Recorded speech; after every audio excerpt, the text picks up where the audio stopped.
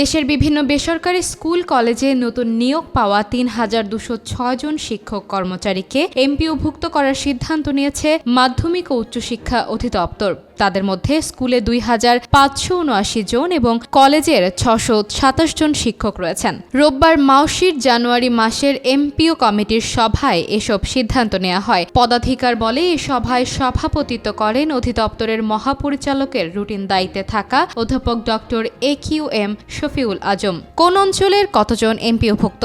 সভায় অংশ নেওয়া কর্মকর্তারা জানান, স্কুলের ৩,২০৬ জন শিক্ষক কর্মচারীর মধ্যে বরিশাল অঞ্চলের ১৩০, চট্টগ্রামের ১২৭, কুমিল্লার ১৪৮, ঢাকার ৭২৬, খুলনার ৩৭৭, ময়মনসিংহের ১৬৪, রাজশাহীর ৬৬৮ এবং রংপুরের ১৭৫ এবং সিলেটের ৬৪ জন তালিকায় রয়েছেন। অন্যদিকে কলেজের ৬২৭ শিক্ষক কর্মচারীদের মধ্যে বরিশাল অঞ্চলের ৪৫, চট্টগ্রামের ৪৩, কুমিল্লার ৫২, ঢাকার ১০১, খুলনার ৭৭, ময়মনসিংহের ৬৭, রাজশাহীর ৭৬, রংপুরের ১১০ এবং সিলেট অঞ্চলের ৫৬ জন রয়েছেন। উচ্চতর স্কেল পাচ্ছেন ২,৮৪২ জন।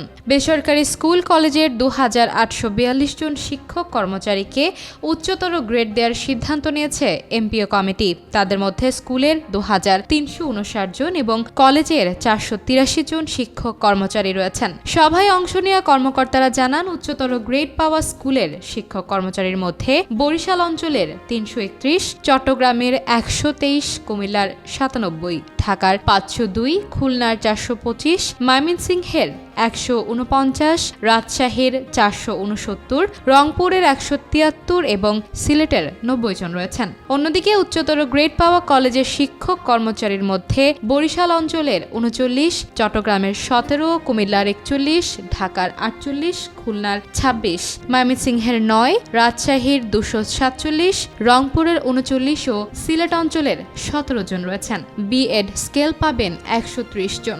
সরকারি স্কুলে কর্মরত ১৩০ জন শিক্ষককে বিএড স্কেল দেওয়ার সিদ্ধান্ত নেওয়া হয়েছে। বিএড স্কেল পাওয়া স্কুল শিক্ষকের মধ্যে বরিশাল অঞ্চলের ৬ জন, চট্টগ্রামের ৫, কুমিল্লার ৯, ঢাকার ৬৪, খুলনার ১৫, ময়মনসিংহের ৫, রাজশাহীর ১৪, রংপুরের ১১ এবং সিলেট অঞ্চলের ১ জন শিক্ষক রয়েছেন। সহকারী সচিব পদে ৫৯ কর্মকর্তাকে পদোন্নতি দিয়েছে অন্তর্বর্তী সরকার। এসব কর্মকর্তাকে পদোন্নতি দিয়ে করা হয়েছে বিশেষ ভারপ্রাপ্ত কর্মকর্তা।